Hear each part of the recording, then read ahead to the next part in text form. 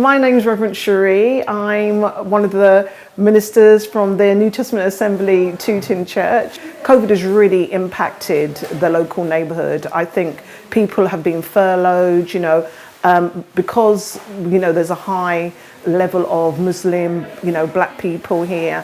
I think, they've spoken about COVID affecting us 4 times as much. Overall, I think it's really impacted the community. And we can see this because we're having a lot of funerals, unfortunately, in our church from people from the community. So it really had a devastating effect. And plus, shops closing, as I said, the shops and everything have been the hive and the bustle in Tooting. So for them to close, it's really affected the whole neighbourhood.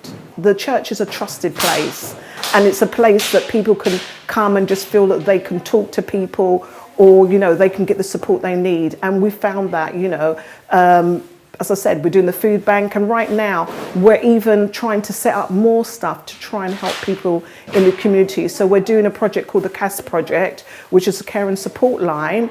And what the care and support line will do, it will give people updates in terms of government guidelines. It will help, befriending. It will be a place they can ring up for food. It will be a place that they can ring up if they need to know anything about benefits, or, if someone needs to talk or whatever support. They may need to just pick up their prescription from the chemist, and it'll be a place wherever we can support the community. That's what the church is doing. To say to somebody, here we are, this is your food for the next few days or for the week. What a wonderful feeling that is, especially if you yourself can't do it, but you can give your time up. Once I finish my job, my second job starts, and it is to actually come and help. And this is the type of atmosphere. There is something inside of them that is great and it's good. And if doing this work can bring that out inside of you, why would you want to sit there and be watching TV all the time, or just sitting at home? I think the church now has to make sure they're working with the wider community. The church do an amazing job, but there are different, networks, organisation that the church need to partner with now. They need to know about them so they can give people the best help and support possible. We try to reach out as far as we can. Simple stuff, just like handing out food baskets, stuff like that, going knocking on doors, just making sure, having a wave through the windows, making sure people are all right. So it's about not just saying I want to be a part of the community, but actually being a part of the community, going into the community, just like Jesus did, and sharing the gospel and sharing of ourselves as well, which is our time, our energy, and our resources as well. And that's something that we're quite passionate about. If we look at the life of Jesus Christ, Jesus Christ went into the community.